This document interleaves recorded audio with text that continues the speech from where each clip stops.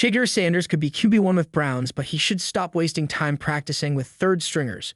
The former Colorado quarterback would have to change the way he coaches to achieve his goals.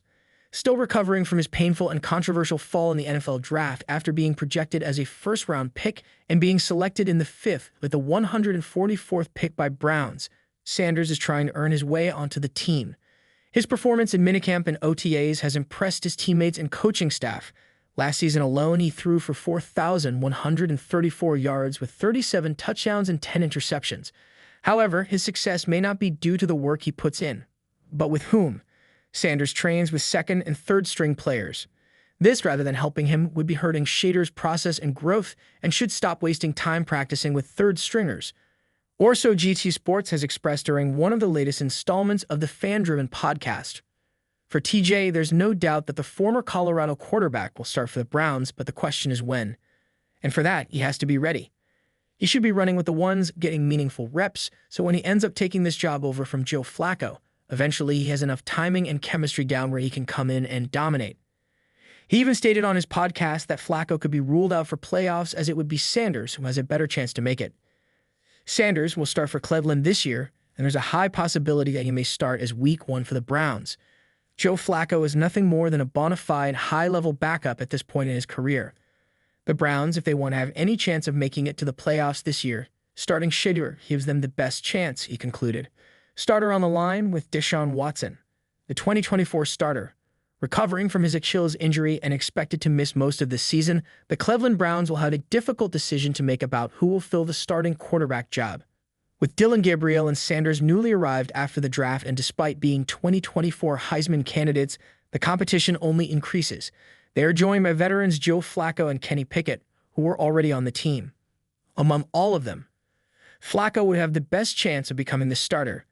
And while all have demonstrated their skills and strengths, the Browns do not have a clear QB1 at the moment. In the sun-scorched heart of a Colorado practice field, Shedeur Sanders runs a route with third-string wide receiver whose name won't make the depth chart. There's no camera in sight, no ESPN highlight reel, just the sharp snap of the football and the precise rhythm of a quarterback who's been grinding long before the NFL scouts whispered first-rounder into their notebooks. But in Cleveland, thousands of miles away, another narrative brews. The Browns, bruised by years of quarterback misfires and still nursing the scars of dashed playoff hopes, are peering through the mist at a new possibility. A different kind of leader, a quarterback forged in pressure, raised on expectation, and sharpened by something more than raw talent. Shedeur Sanders. And yet, as whispers of him being Cleveland's potential QB1 grow louder, critics have started barking. Why is he still working with third stringers? He's wasting time. He needs first-team reps now. But what they miss is the method and the madness. Legacy and lightning, the making of Shedeur Sanders. To understand Shedeur, you have to look beyond the bloodline. Yes, he's Dion's son, raised in locker rooms and stadium lights. But that legacy could have been a crutch. Instead, Shedeur turned it into a mission. From Jackson State to Colorado, Shedeur's development has been a lesson in discipline, not privilege. He's the guy who breaks down film until his eyes glaze over. The one who practices footwork in hotel hallways during road trips. The quarterback who doesn't just lead teammates, he lives with them on the field. When the Browns took a serious look at him, it wasn't for flash. It was for function. He throws with anticipation, reads coverages like a 10-year vet, and in crunch time, he doesn't flinch.